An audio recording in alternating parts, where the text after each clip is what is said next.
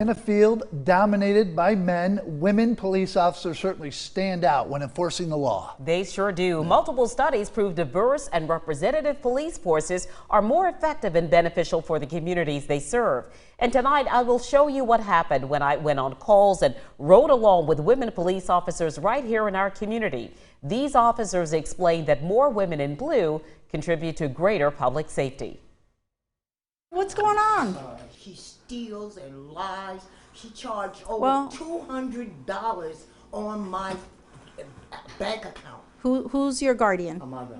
Your mom? As soon as mom comes, call us and we'll all head out. Sergeant Maria Leahy says domestic disturbance calls can be the most dangerous, unpredictable, and heartbreaking.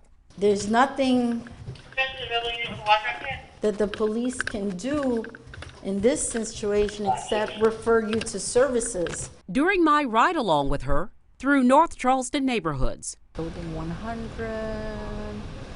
she described the changes she has seen as a sworn police officer over the past 18 years. 7-5 dispatch. Policing has come a long way. When I first started in policing, you know, some of the disadvantages can seem trivial, but you didn't have like women uniforms. She is an outlier, a woman who comes from a long line of men police officers. My family has 13 police officers that have been serving.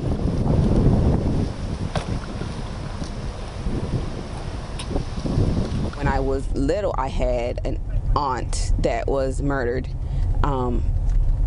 She was part of the King Street murders. Understanding the lasting effects of crime led Sergeant Ariel Polite to commit to a life of public service. She's been on the Charleston Police Force for 12 years. The last 2 have been the most difficult. Were you on the scene of the protests which turned to riots late in the night? I was. It was heartbreaking. Being from Charleston and seeing the destruction. And that was one of the nights that I will always remember. I was called a sellout, that I should not be doing this job. You were telling me that I am a sellout because I'm an African American police officer. So Goose goes home with you at night? Yes. Yes. LJ Roscoe made history when she became the first woman police chief for the city of Goose Creek. Despite being the top cop, she says she's the target of discrimination when on calls with officers who are men.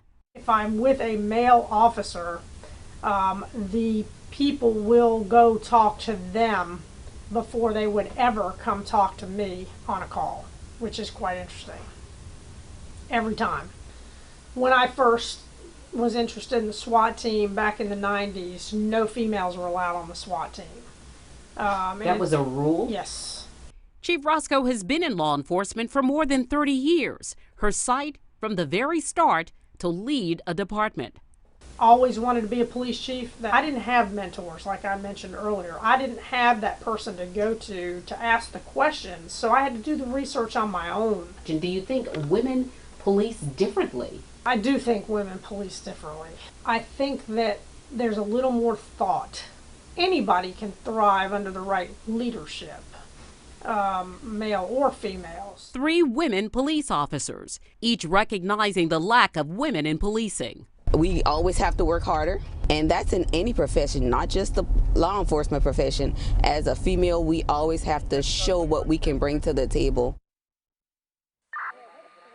And now we want to take a look at the number of women police officers in these 3 departments. Of the 319 officers on the North Charleston Police Force, 52 are women. The city of Charleston has a total of 409 sworn officers. 66 of them are women. And the city of Goose Creek has 65 sworn officers. 13 of them are women. If you would like to watch my full report, Women in Blue, Armed and Dedicated, go to our website, counton2.com.